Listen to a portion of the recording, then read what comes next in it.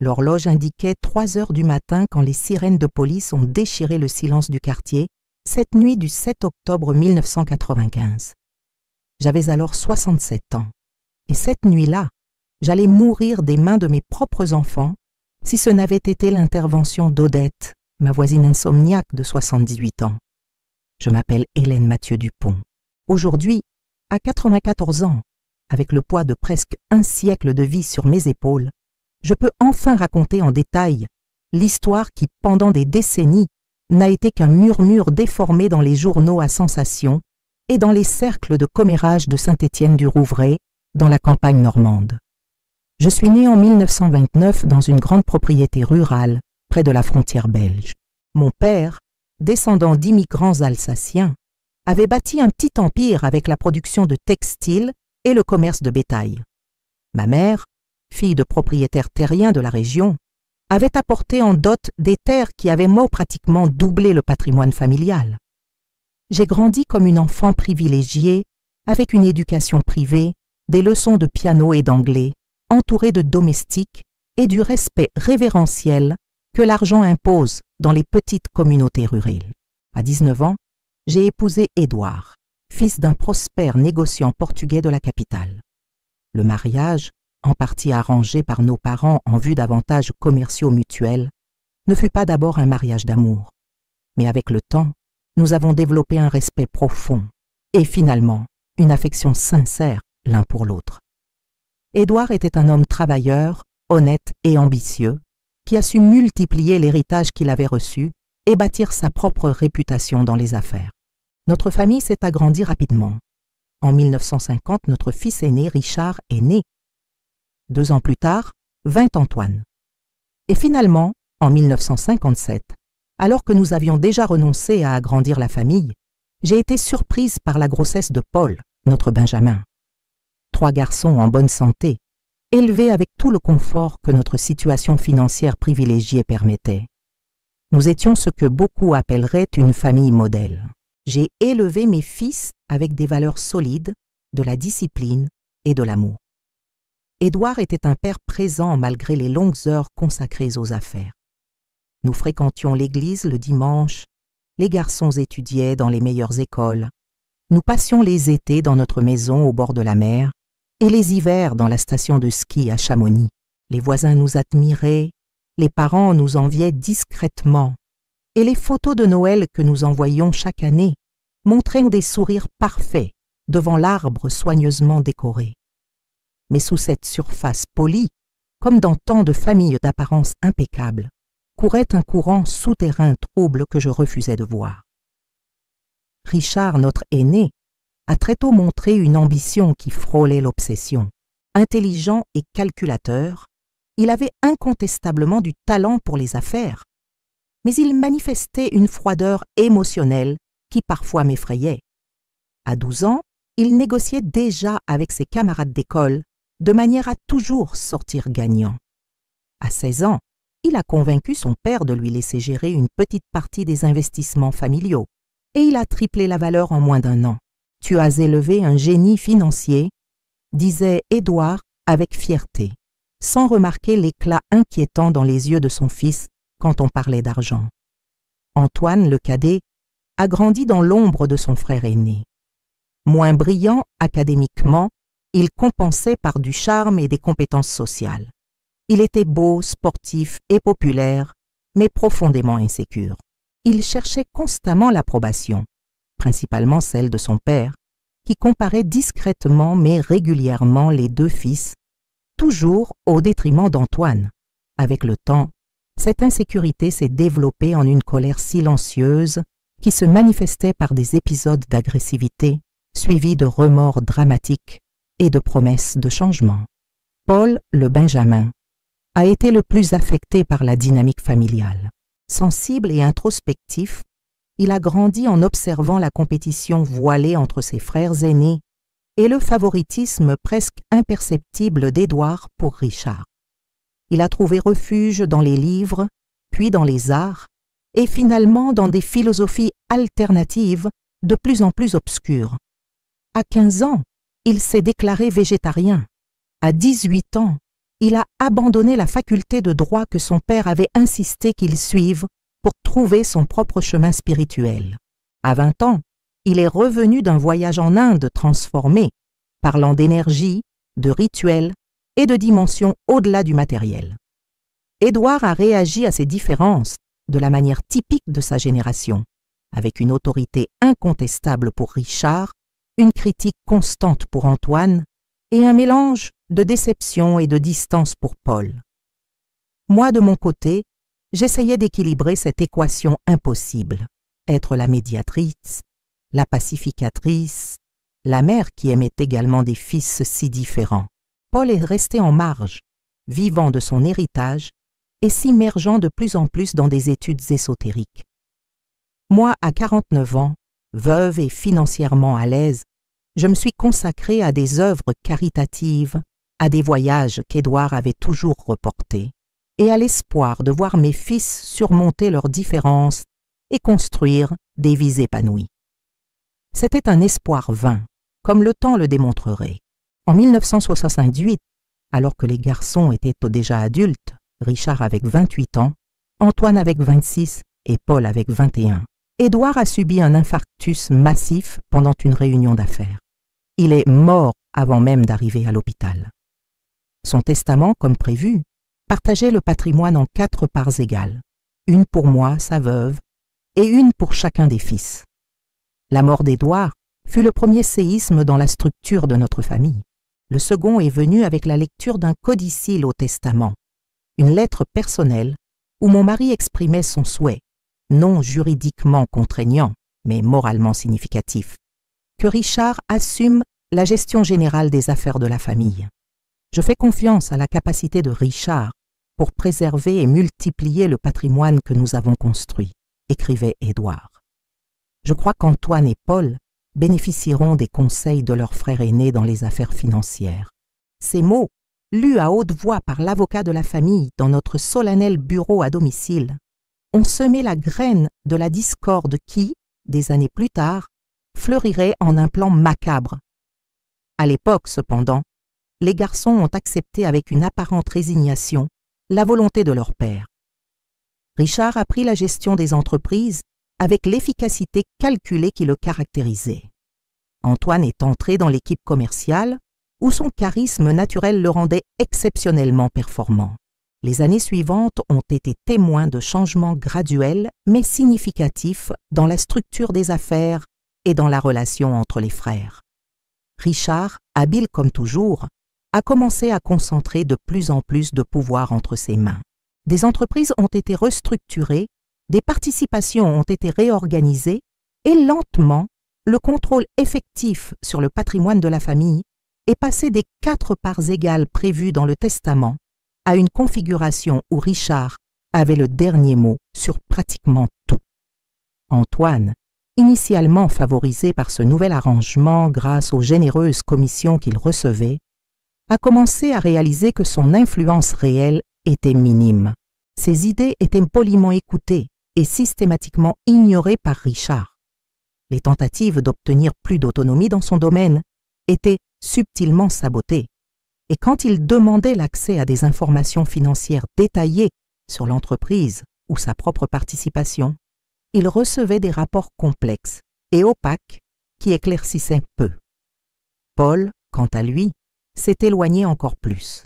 Il a vendu sa participation dans plusieurs des entreprises familiales pour financer un centre d'études spirituelles à la campagne. Une retraite isolée où il recevait des disciples intéressés par ses théories de plus en plus excentriques sur les énergies cosmiques, les rituels de purification et la communication avec des entités d'autres plans. Ce qui avait commencé comme un petit groupe d'études a progressivement acquis les caractéristiques d'un culte centré sur la figure charismatique de mon fils cadet. J'observais ces développements avec une inquiétude croissante, mais je me disais toujours que c'était juste des phases, des ajustements normaux après la perte du patriarche. Quand Richard a insisté pour que je lui transfère aussi la gestion de ma part de l'héritage pour simplifier l'administration, j'ai consenti après quelques hésitations. Quand Antoine a commencé à montrer des signes d'alcoolisme, je l'ai attribué au stress du travail et aux pressions de son récent divorce. Quand Paul a commencé à parler d'ascension spirituelle et de libération du plan matériel, j'ai considéré que c'était simplement un autre développement de ses recherches philosophiques. J'étais aveugle à ce qui se passait réellement. Aveuglé par l'amour maternel, par le déni, peut-être par une réticence à voir à quel point mes fils s'étaient éloignés des valeurs que j'avais essayé de leur inculquer. En 1990, 15 ans après la mort d'Édouard, ma situation financière avait considérablement changé. Je vivais encore confortablement dans notre grande maison à Saint-Étienne-du-Rouvray, mais j'avais perdu le contrôle et même la compréhension claire d'une grande partie du patrimoine qui devrait être le mien. Richard gérait tout, me remettant une pension généreuse, mais clairement inadéquate, compte tenu de la valeur totale des biens. Quand j'ai questionné cela, on m'a gentiment rappelé que les affaires étaient difficiles en raison de la récession économique et de la situation du pays. C'est durant cette période que j'ai déménagé dans une maison plus petite, encore élégante, mais sensiblement moins précieuse que notre ancien manoir. Richard a expliqué que ce serait plus pratique pour une dame qui vivait seule et que la vente de la maison principale permettrait des investissements qui assureraient mon avenir. J'ai accepté, en partie parce que cela avait du sens, en partie parce que j'étais fatiguée d'habiter seule ces pièces pleines de souvenirs. Mes nouveaux voisins étaient, pour la plupart, des professionnels accomplis et des retraités de classe supérieure. Parmi eux se trouvait Odette Mercier, une veuve comme moi, ancienne professeure d'université, avec un doctorat en littérature comparée. Odette souffrait d'insomnie chronique, passant une grande partie des nuits à lire sur sa véranda, qui était adjacente à mon salon. Nous avons développé une amitié proche, basée sur des intérêts communs et des expériences similaires. Peu à peu, j'ai commencé à lui faire suffisamment confiance pour partager certaines de mes préoccupations sur les chemins que mes fils prenaient. Richard devient de plus en plus contrôlant, ai-je confessé lors d'un thé de l'après-midi. La semaine dernière, quand j'ai demandé un relevé complet de mes comptes, il m'a dit que je n'avais pas besoin de me préoccuper de ces détails à mon âge. Odette, avec la perspicacité de quelqu'un qui a passé sa vie à analyser des textes et des sous-textes, a immédiatement levé un sourcil. « Et vous avez accepté cela ? Hélène, vous avez 63 ans, pas 93. Votre fils n'a pas le droit de vous traiter comme une enfant incapable. » Cette conversation a planté une graine d'inquiétude en moi. Dans les semaines suivantes, j'ai commencé à prêter plus d'attention au schéma de comportement de mes fils. Richard, qui me rendait rarement visite auparavant, a commencé à apparaître hebdomadairement, toujours avec un document à signer pour moi, une simple formalité maman, que je signais par confiance et commodité, sans lire attentivement. Antoine, maintenant clairement alcoolique et avec des difficultés financières après son second divorce, a commencé à solliciter des prêts fréquents que Richard gérait et déduisait de ma pension. Les rares fois où les deux frères se rencontraient en ma présence, la tension était palpable. Paul, que je voyais moins d'une fois par an, est étonnamment apparu pour une visite en août 1995. Il était visiblement plus mince, avec un éclat fiévreux dans les yeux, parlant rapidement d'une révolution spirituelle imminente et de la façon dont sa communauté se préparait à transiter vers le prochain niveau de conscience. Durant cette visite, Paul a fait quelque chose d'inhabituel. Il m'a demandé de visiter sa retraite spirituelle. « Maman doit connaître mon travail », a-t-il insisté.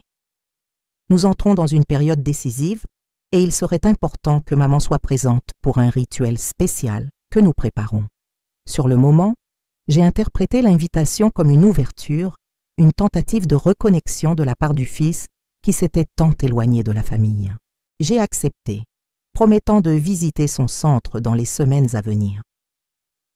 La réaction de Richard quand j'ai mentionné l'invitation fut étonnamment négative. « Maman, s'il te plaît, ne va pas dans cet endroit. Paul est complètement déconnecté de la réalité. Ce n'est pas un centre spirituel, c'est une secte. Il est devenu une personne dangereuse. »« Tu exagères, ai-je répondu. Paul a toujours été différent, plus sensible, plus spirituel. Cela ne fait pas de lui quelqu'un de dangereux. Tu ne sais pas la moitié de ce qui se passe dans cet endroit, a insisté Richard. Il y a des rumeurs de rituels étranges, d'usage de substances hallucinogènes. Certains de ses disciples ont abandonné leur famille, ont tout donné au maître Paul. Ces accusations me semblaient absurdes, exagérées par l'antipathie mutuelle que mes fils avaient développée au fil des ans. Néanmoins, l'intensité de la réaction de Richard m'a laissé inquiète. Quelques jours plus tard, j'ai reçu une visite conjointe de Richard et Antoine. Quelque chose de si inhabituel que cela m'a immédiatement mise en alerte. Ils se sont assis formellement dans le salon, comme des cadres en réunion d'affaires. « Maman » a commencé Richard. « Nous sommes préoccupés pour toi. Ta santé, ta sécurité, ton bien-être financier. »« Je vais parfaitement bien. » ai-je répondu, confuse. Mon dernier bilan de santé était excellent. Et financièrement, eh bien, tu gères tout toi-même, Richard. S'il y avait un problème, tu le saurais avant moi. Ce n'est pas tout à fait ça, est intervenu Antoine étonnamment sobre. Il y a des complications dont tu n'es pas au courant, des investissements qui ont mal tourné, d'anciennes dettes qui sont apparues. Richard a lancé un regard d'avertissement à son frère avant de reprendre le contrôle de la conversation. Ce qu'Antoine essaie de dire, c'est que la situation financière n'est pas aussi stable que nous le souhaiterions. Mais nous avons une solution. La solution, ont-ils expliqué, impliquait la vente de la maison où je vivais et mon déménagement vers une résidence exclusive pour personnes âgées à Paris. La valeur de la vente serait investie pour garantir des revenus stables et j'aurais tout le confort et une assistance médicale permanente. Mais je n'ai pas besoin d'assistance médicale permanente, ai-je protesté. Et j'aime ma maison, mes voisins. Pourquoi devrais-je déménager? C'est préventif, maman, a insisté Richard. Tu vas très bien maintenant, mais personne ne sait comment tu seras dans 1 an ou 2. Mieux vaut faire cette transition pendant que tu es en forme et que tu peux t'adapter facilement. Il y avait quelque chose dans leur façon de parler. Un sous-texte, une urgence mal dissimulée qui a déclenché mes alarmes internes. J'ai demandé du temps pour réfléchir, une requête qui les a visiblement mécontentés, mais qu'ils ne pouvaient pas refuser ouvertement. Le lendemain matin, j'ai cherché Odette et lui ai rapporté la conversation. Mon amie a écouté attentivement, posant des questions occasionnelles, son visage académique se plissant de concentration. « Hélène, a-t-elle finalement dit, je pense que tu dois découvrir exactement quelle est ta situation financière réelle avant de prendre une décision. Pas à travers tes fils, mais directement. » Suivant son conseil, j'ai pris rendez-vous à la banque où nous avions des comptes depuis des décennies. Là, j'ai découvert que mon nom avait été retiré comme titulaire de plusieurs comptes et investissements, ne restant que comme bénéficiaire en cas de décès de Richard. Le directeur, visiblement mal à l'aise, m'a montré des documents portant ma signature, autorisant ces changements, signature que j'ai vaguement reconnue sur des papiers que j'avais signés à la hâte au fil des ans. J'ai confronté Richard cet après-midi même, exigeant des explications. Sa réaction initiale fut la surprise, rapidement suivie d'un calme contrôlé, que je reconnais maintenant comme manipulateur. « Maman, c'était tout pour protéger ton patrimoine. Question fiscale, successorale. Tu as signé parce que tu me faisais confiance, et je ne trahirai jamais cette confiance. Tout ce que j'ai fait était pour le bien de la famille. » « Le bien de la famille ou ton propre bien, Richard ?» ai-je répliqué avec une froideur qui l'a surpris. « Je veux que tout soit remis à mon nom d'ici 1 semaine, où je consulterai un avocat. » Quelque chose s'est assombri dans ses yeux, une colère primitive rapidement masquée par un sourire conciliant. « Bien sûr, maman. Si c'est ce que tu souhaites, je m'en occuperai immédiatement. » Dans les jours qui ont suivi, j'ai reçu des visites séparées de chacun de mes fils. Antoine, visiblement nerveux et ayant besoin d'un verre qu'il a refusé quand je l'ai offert, a insisté sur le fait que je devrais faire confiance à Richard, que son frère savait ce qu'il faisait et que cette méfiance soudaine était en train de détruire la famille. Paul, étonnamment, est apparu le jour suivant. Il n'a pas mentionné le centre spirituel ni la visite prévue. Au lieu de cela, il a longuement parlé de transition, de libération et de comment je semblais attachée à des préoccupations matérielles. Maman devrait se concentrer sur la préparation spirituelle, a-t-il dit, ses yeux inquiétants fixés sur les miens. Les biens matériels sont transitoires. Ils créent seulement des liens qui nous empêchent d'évoluer vers le niveau suivant. Si vous suivez cette histoire jusqu'à présent, laissez votre like et dites dans les commentaires de quelle ville vous regardez. Votre interaction aide ce récit à atteindre plus de personnes qui pourraient faire face à des situations similaires, même si elles ne perçoivent pas les signes de danger. Ce fut une semaine de tension croissante. Richard n'a plus mentionné le transfert des biens à mon nom, détournant la conversation chaque fois que j'essayais d'y revenir. Antoine téléphonait quotidiennement, alternant entre des appels émotionnels pour que je ne divise pas la famille et des récriminations voilées que je ne leur avais jamais fait confiance. Paul avait de nouveau disparu dans sa retraite, laissant seulement une invitation formelle à un rituel de transcendance qui aurait lieu bientôt. Le vendredi de cette semaine-là, j'ai reçu un appel téléphonique inattendu. C'était le docteur Martin, mon médecin de longue date, disant que Richard avait demandé une évaluation de ma capacité cognitive. Votre fils a exprimé des inquiétudes concernant de possibles signes de démence naissante, a expliqué le médecin, clairement mal à l'aise. Il a mentionné des épisodes de paranoïa, de méfiance injustifiée, d'accusations sans fondement. J'étais stupéfaite.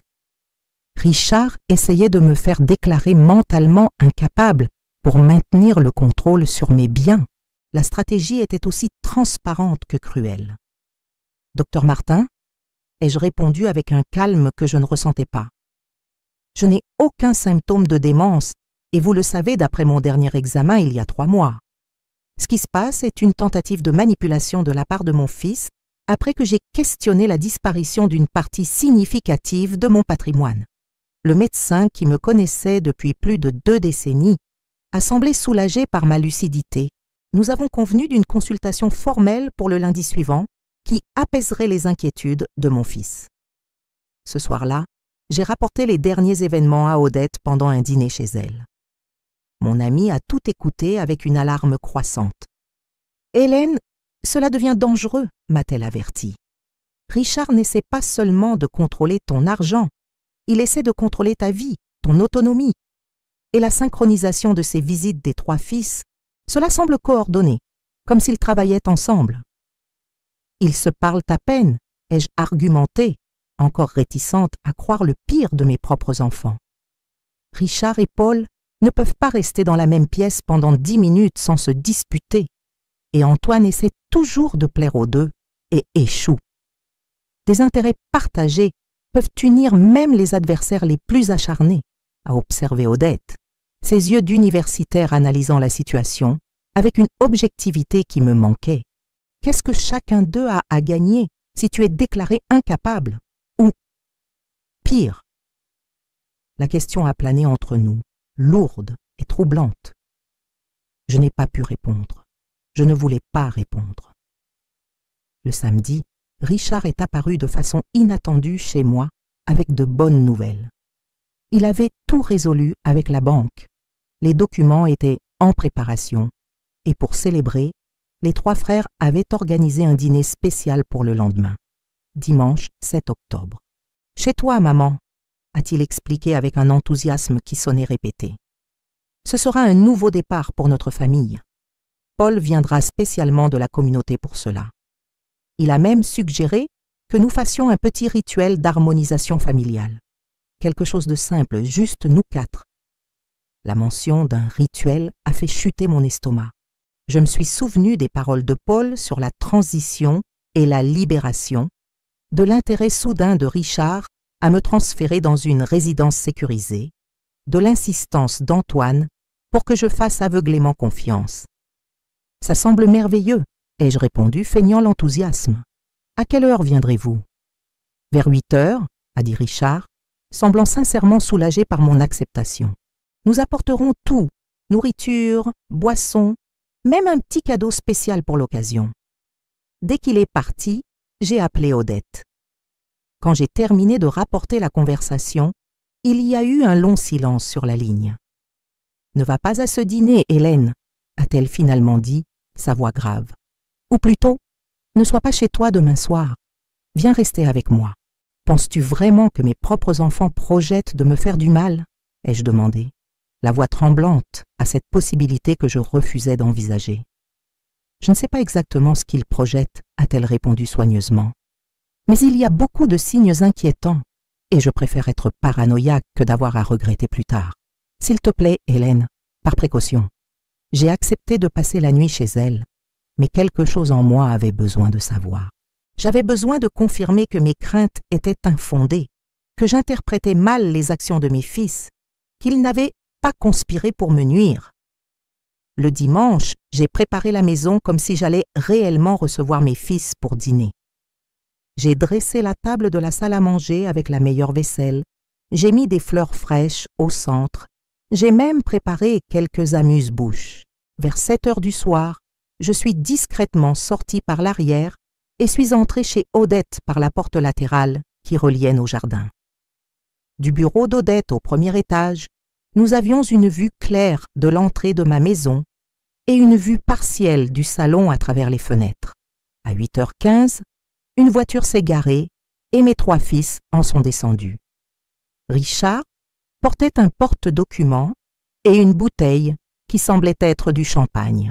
Antoine tenait ce que j'ai reconnu comme mon gâteau préféré, d'une pâtisserie traditionnelle de la ville. Paul portait un petit sac en cuir que je n'avais jamais vu auparavant. Par la fenêtre ouverte, nous avons entendu la sonnette retentir à plusieurs reprises. Après quelques minutes sans réponse, Richard a utilisé sa propre clé pour entrer. Les 3 ont disparu dans la maison.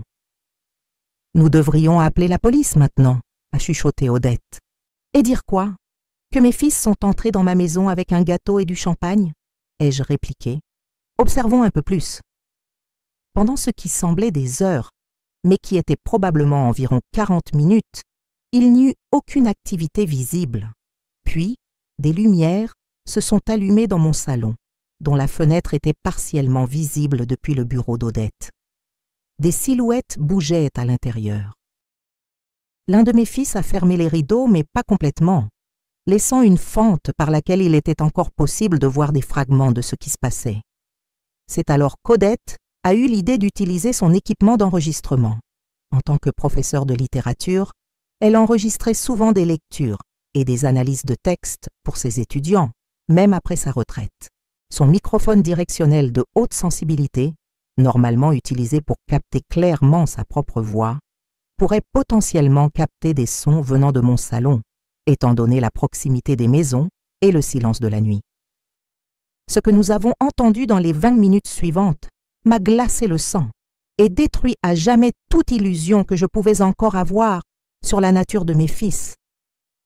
Richard, sur un ton de réunion d'affaires.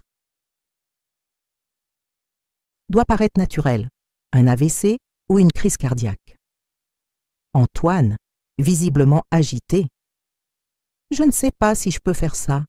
Et si ça ne marche pas? Et si elle souffre? Paul, avec un calme troublant. Le rituel va fonctionner. Le mélange va d'abord l'induire dans un état de transe. Elle ne sentira pas de douleur, juste une libération. Des fragments de phrases qui, ensemble, formaient une terrible mosaïque. Mes 3 fils, si différents en personnalité et vision du monde, avaient trouvé un terrain commun, la décision de mettre fin à ma vie. Richard pour le contrôle financier, Antoine probablement pour la promesse de libération de dettes, Paul par la conviction déformée qu'il m'offrait une sorte de libération spirituelle. Odette n'a pas hésité. Avec des mains tremblantes mais déterminées, elle a pris le téléphone et appelé la police. « Nous sommes en train d'assister à la planification d'un meurtre en cours », a-t-elle dit, la voix ferme.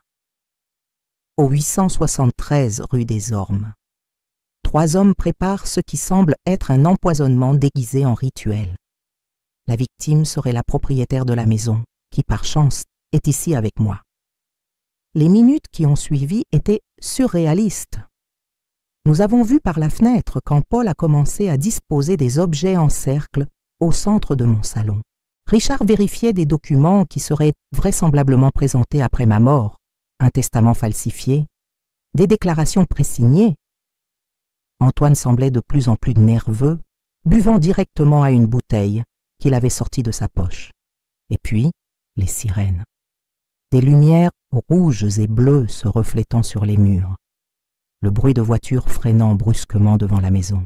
Des cris de « Police! Ouvrez la porte !» À travers la fente dans le rideau, nous avons vu la panique instantanée. Paul rangeant rapidement des objets dans le sac, Richard remettant des documents dans sa serviette, Antoine paralysé un instant avant de courir vers la salle de bain adjacente. Quand la police a enfoncé la porte, j'ai appris plus tard que cela avait été autorisé en urgence par le commissaire de service.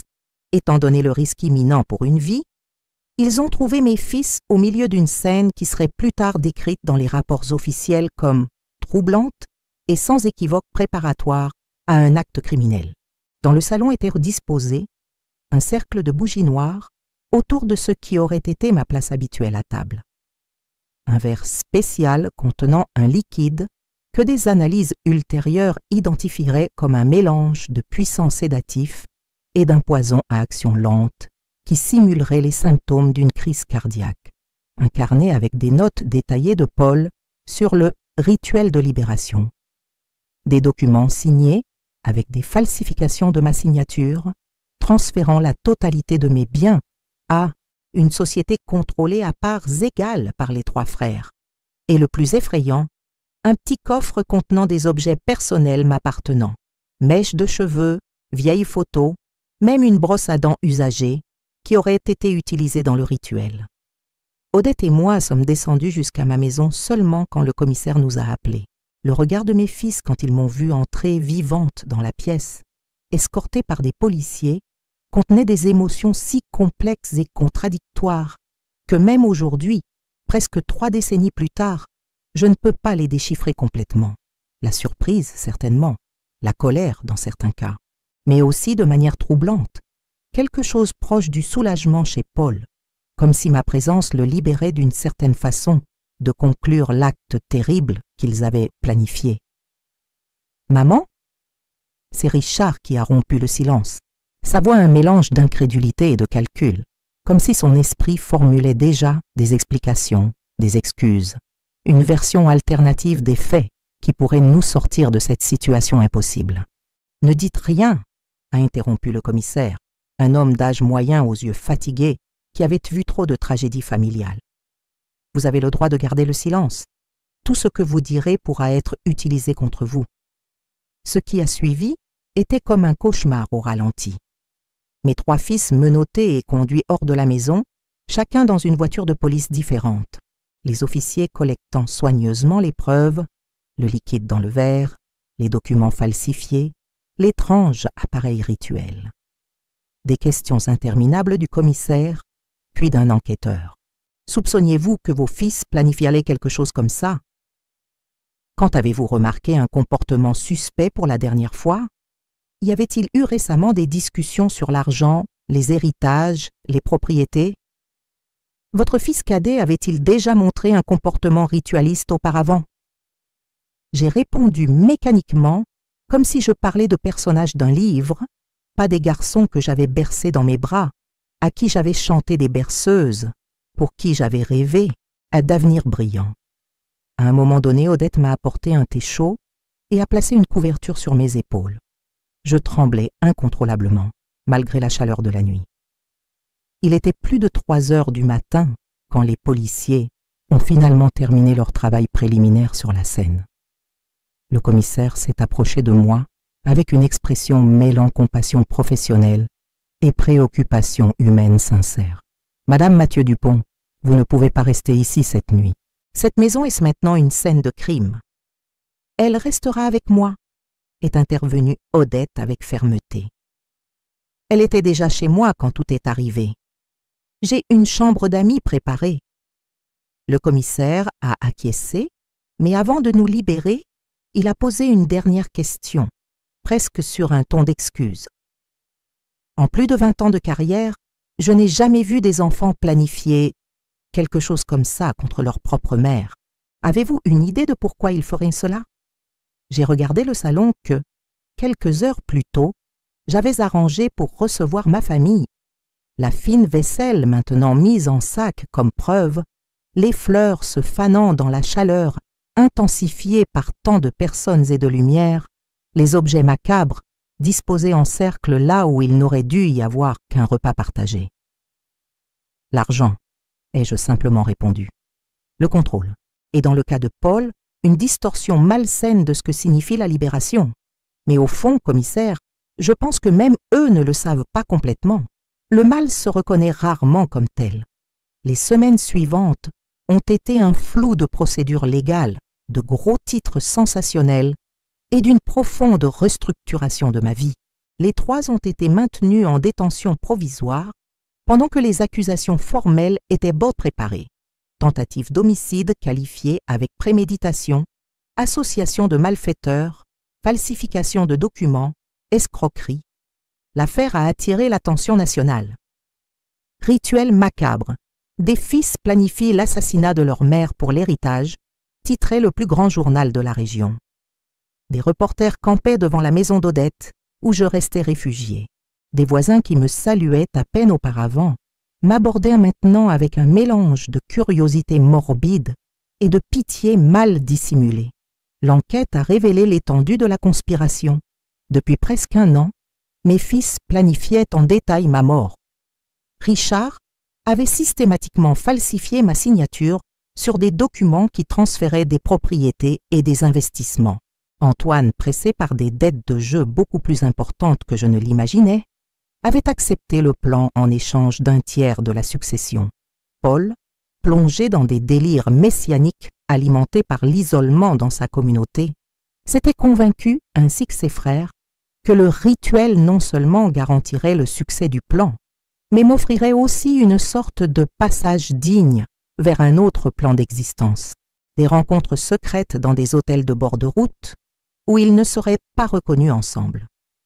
Des communications via des téléphones publics et des messages codés laissés à des tiers, des études sur des substances qui simuleraient une mort naturelle. Tout méticuleusement documenté dans les notes que Paul avait naïvement conservées et qui servaient maintenant de preuve irréfutable de préméditation. Oui, ai-je simplement répondu. Richard n'a jamais eu de patience. Il a toujours voulu tout immédiatement depuis l'enfance.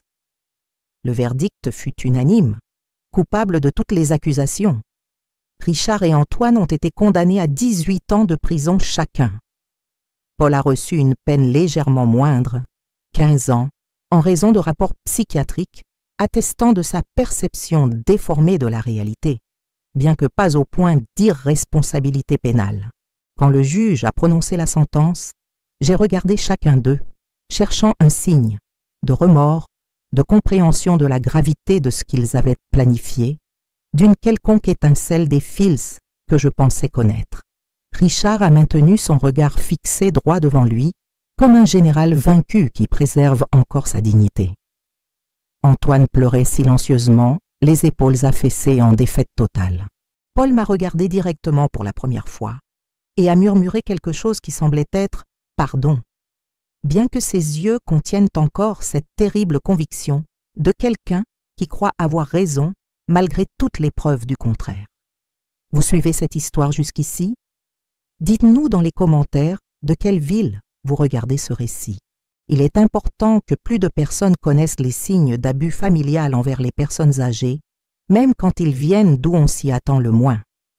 Votre soutien aide à porter ce message à ceux qui pourraient être dans une situation similaire. Les années qui ont suivi ont été de profondes reconstructions, financières, émotionnelles, spirituelles.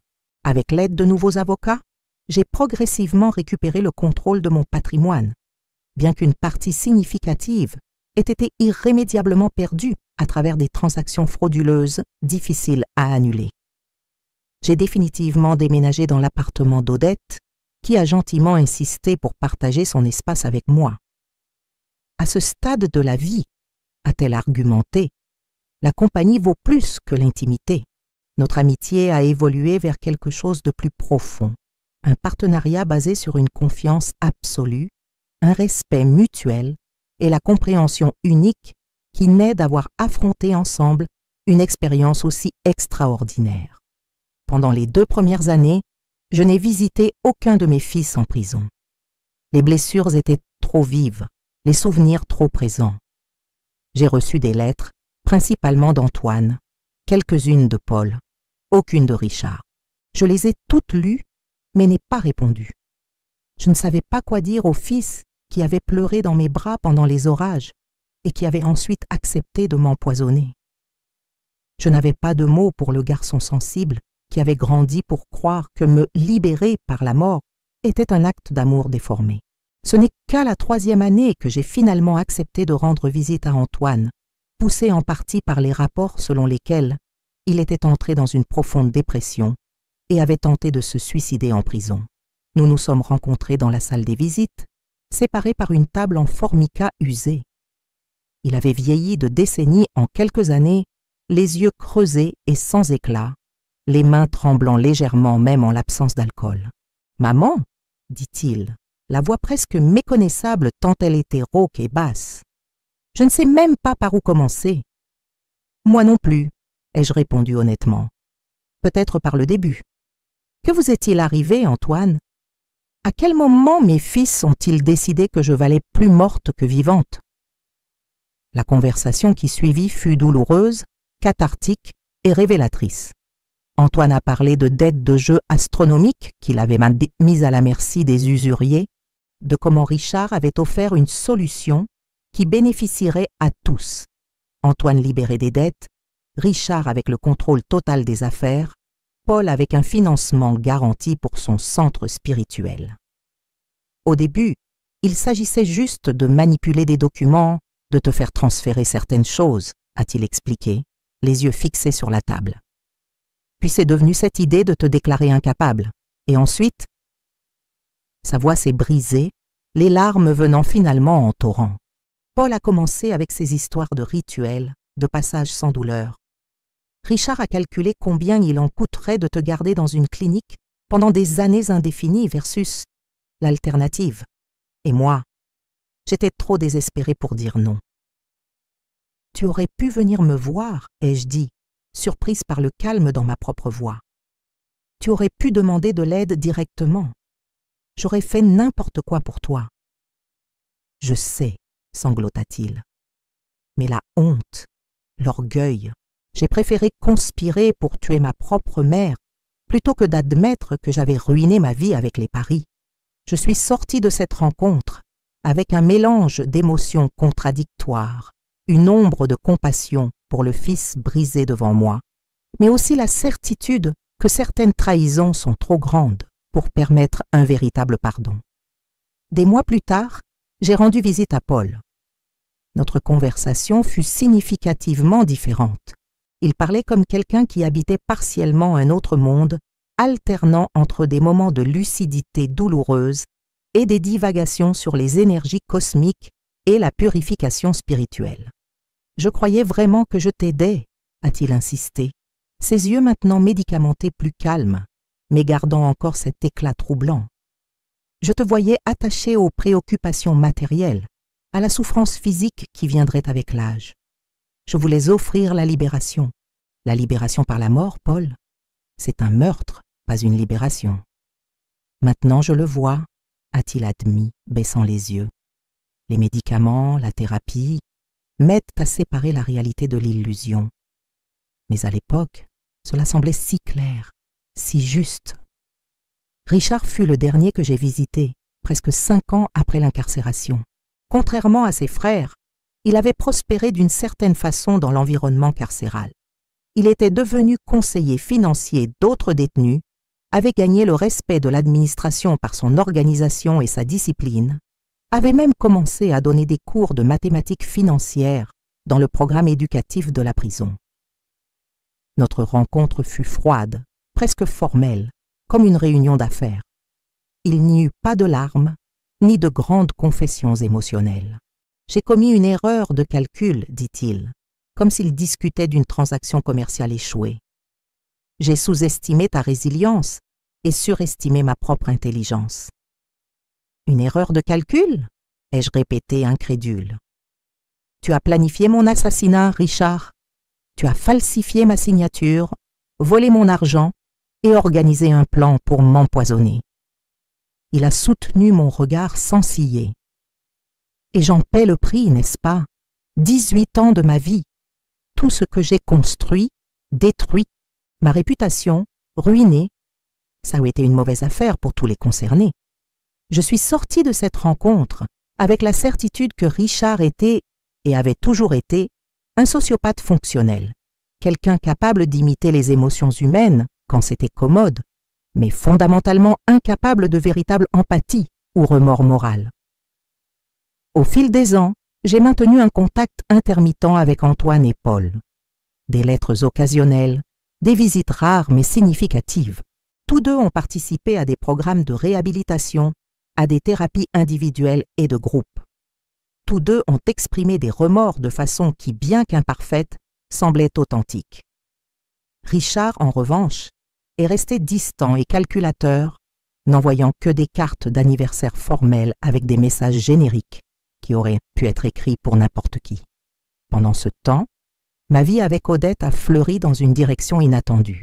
Nous avons commencé à donner des conférences ensemble sur l'abus financier envers les personnes âgées, utilisant mon expérience personnelle et sa perspective académique pour éduquer les autres sur les signes avant-coureurs.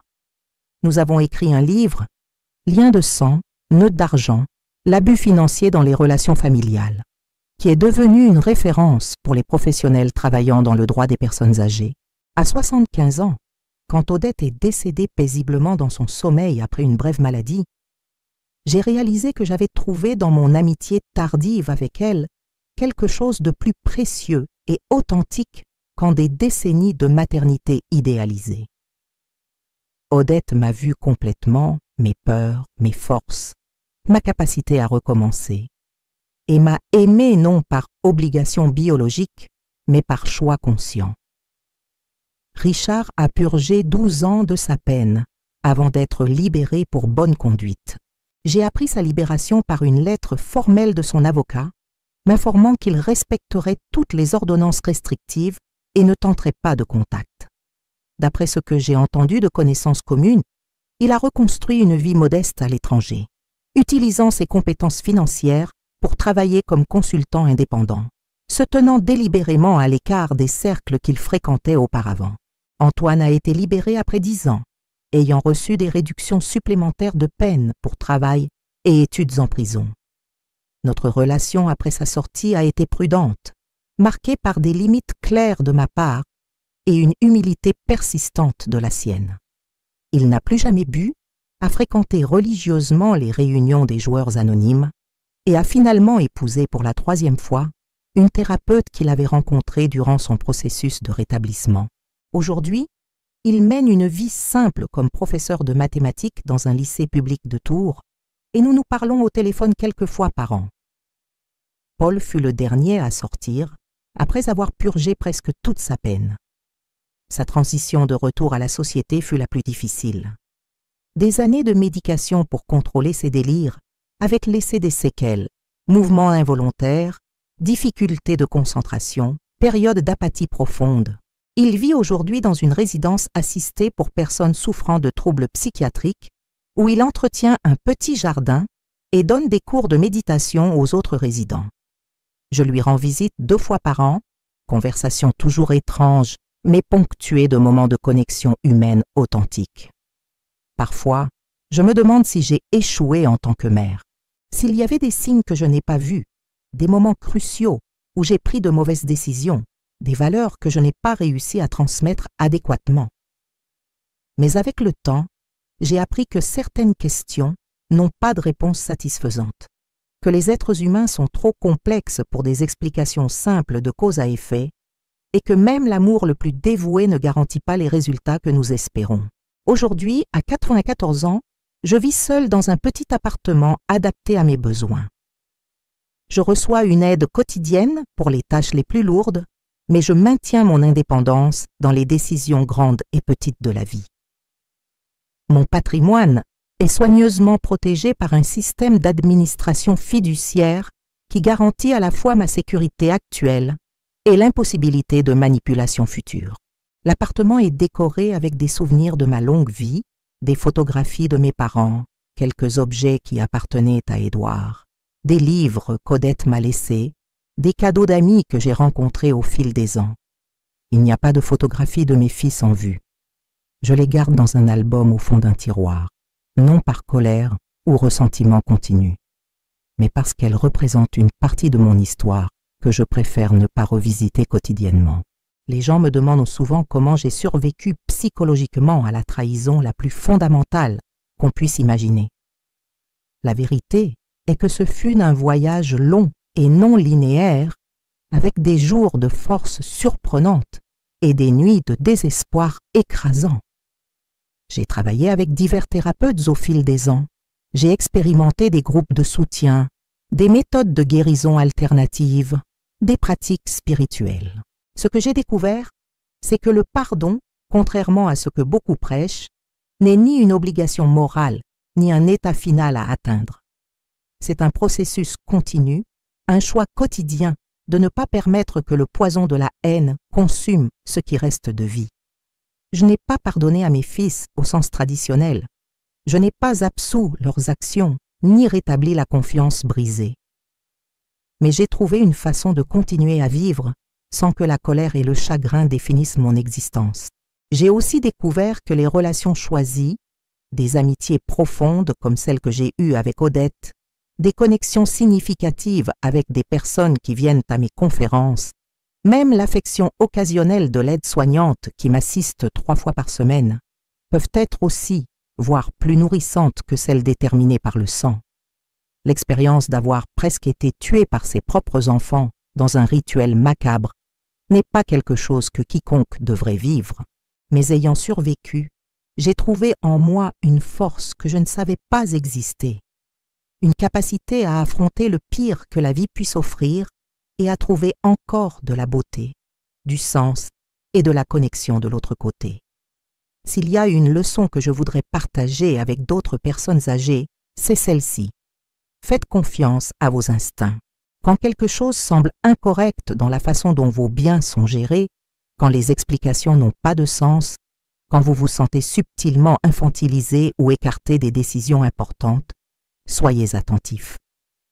Ce sont souvent les premières manifestations d'abus qui, si elles ne sont pas confrontées, peuvent s'aggraver vers des situations bien plus dangereuses. Et pour les plus jeunes, rappelez-vous que vieillir ne signifie pas perdre sa valeur ou ses droits, que vos parents et grands-parents méritent le même respect et la même autonomie que vous espérez pour vous-même, que la patience et la compréhension que nous consacrons aux personnes âgées dans nos vies sont un reflet non seulement de notre caractère, mais de la société que nous construisons, une dans laquelle nous vieillirons tous éventuellement. La nuit où mes fils ont planifié ma mort dans un rituel macabre fut le point le plus sombre de ma vie. Mais ce que la police a trouvé cette nuit-là, pas seulement les preuves physiques de conspiration, mais la révélation crue de la capacité humaine à la trahison, m'a finalement conduite à une vie de plus grande authenticité, d'objectif et paradoxalement de liberté. Comme on dit, parfois il faut traverser l'enfer pour trouver le ciel de l'autre côté. Si cette histoire vous a touché d'une façon ou d'une autre, partagez-la pour que plus de personnes puissent reconnaître les signes d'abus envers les personnes âgées. Laissez dans les commentaires ce qui vous a le plus marqué dans cette histoire. Ensemble, nous pouvons créer un réseau de protection et de soutien pour ceux qui en ont le plus besoin. N'oubliez pas de vous abonner à la chaîne et d'activer la cloche pour découvrir plus de témoignages de dépassement de soi et de résilience.